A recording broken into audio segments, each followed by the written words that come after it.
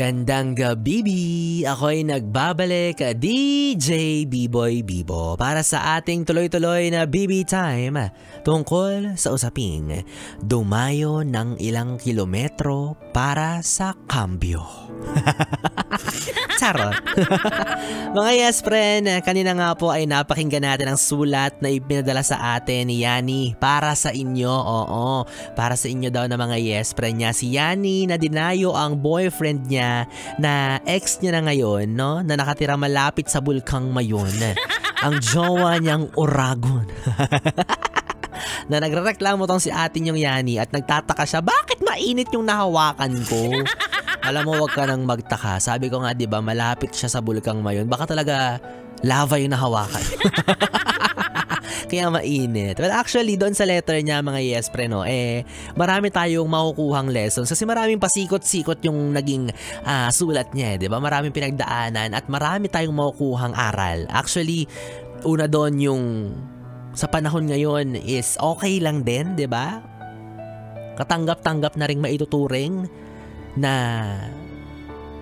kung babae naman ang magtitake ng effort para makita yung boyfriend niya. Especially kung willing naman talaga siya, diba? That is okay.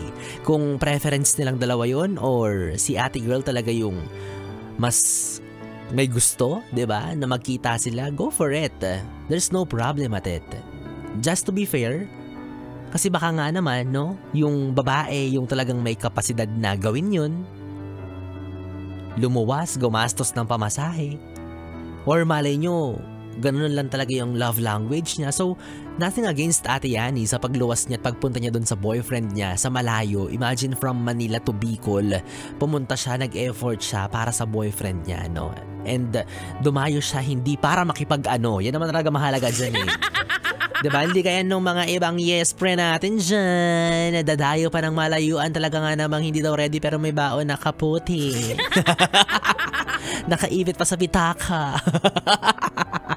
Kayo ha, diba? So si Ate Yani, wala siyang ibang intensyon kundi lang makita ang kanyang minamahal na boyfriend during that time, no? At mabisita ito sa kanyang tinitirahan. At base naman sa nabasa ko, no, talaga namang wholesome yung intention and purpose niya sa pagpunta niya doon sa boyfriend niya, diba? Although, eto na nga, no, pangalawa sa mga aral na nakita ko dito, hindi pala aral, no? Pero the key points, one of the key points is pumalya lang siya dun sa part na hindi siya nagpaalam sa magulang niya. Naku, paktay ka dyan. Alam niyo itong si Ate Yani, feeling ko estudyante pa to kasi hindi naman big deal sa kanya kung nagpaalam siya o hindi. I mean, regardless of your age, diba? Kailangan mong magsabi sa mga tao sa paligid mo kung saan ka pupunta. Although alam ng best friend niya, pero syempre may karapatan pa rin yung magulang niya na malaman kung ano yung mga gagawin at plano niya, especially hindi sila legal, 'di ba? Yan ang wag na wag niyong gagawin. Maaaring very good kayo sa paningin ng partner ninyo kasi nag-effort kayong pumunta sa kanya or nag-effort kayo sa ginawa ninyong pagbisita, pero red flag 'yan para sa mga magulang ninyo. Hindi lang ikaw kundi ang partner mo, kasi iisipin ng mga magulang mo na bad influence yung jowa mo sa iyo, na nagagawa mong magsinungaling para sa kanya. 'Di ba? At sobrang delikado noon. Again, hindi kayo legal. Kumbaga, walang idea yung magulang mo kung sinong kasama mo at nasan ka, 'di ba?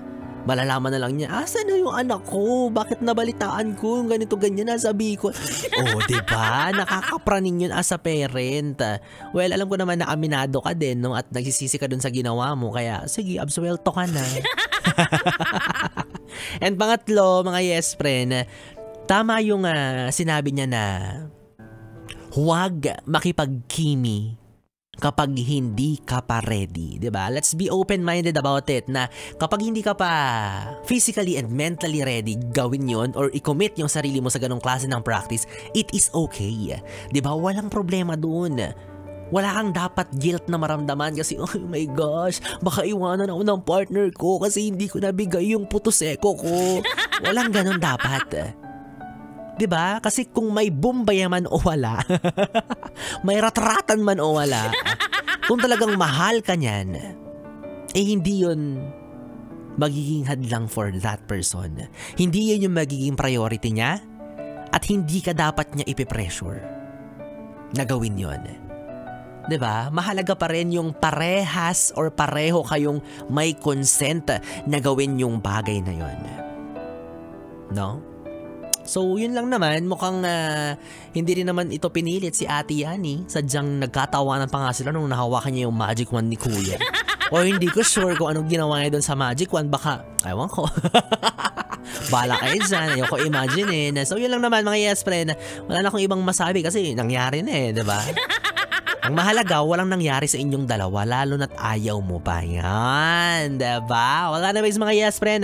Alam kong marami sa inyo ang nakakaalala ng mga pagkakataon kung saan ay unang beses mong kinatagpo or unang beses mong pinuntahan or hindi naman kaya nag-effort kang dumayo sa iyong kasintahan, 'di ba? Kahit malayo pa ang tatahakin mong daan. Yes! Talaga nga naman, ay, ang pag-ibig pag napasok sa puso o maligalig. Ano daw? Tama ba yung sinabi ko? Dahil dyan, alamin na natin kung sino kaya ang mapalad na nakapagbigay ng hinihingi ko para sa chance nyong manalo ng tumataginting na 500 piso para sa ating...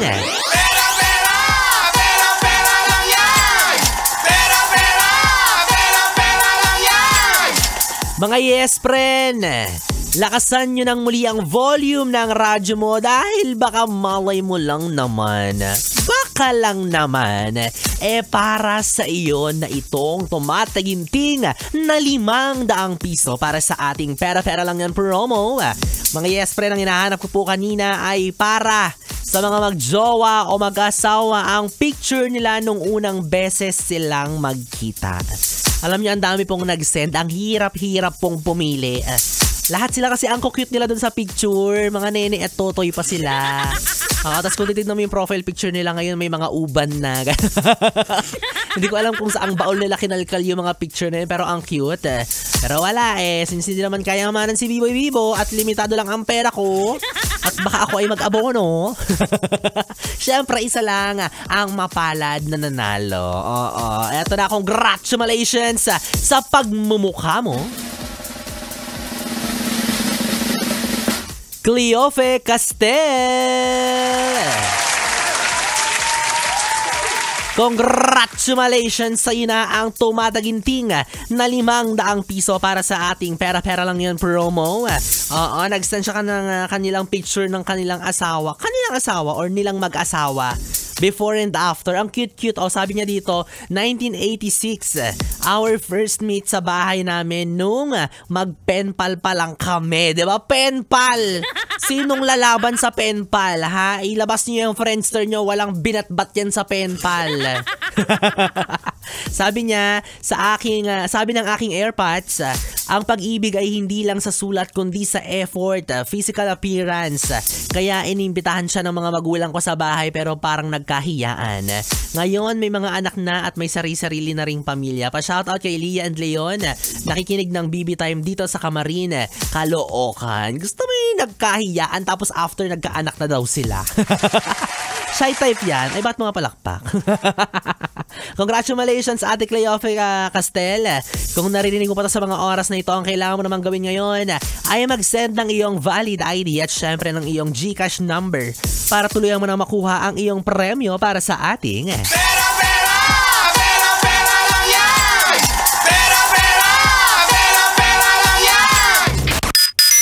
Mga yes friend, 3 oras na BB time ang ating pinagsamahan. Nakapiling nyo ang BB niya sa radyo. DJ Biboy Bibo, ang DJ na single, ready to mingle, basta walang label. Magkasama at magkarinigan tayong muli bukas, araw ng Sabado mula 2 p.m. to 6 p.m. para sa ating programang Stick to One. Mga kantang OPM hatid sa inyo ng 101.1 Yes FM Solid. Good night, BB. Happy weekend.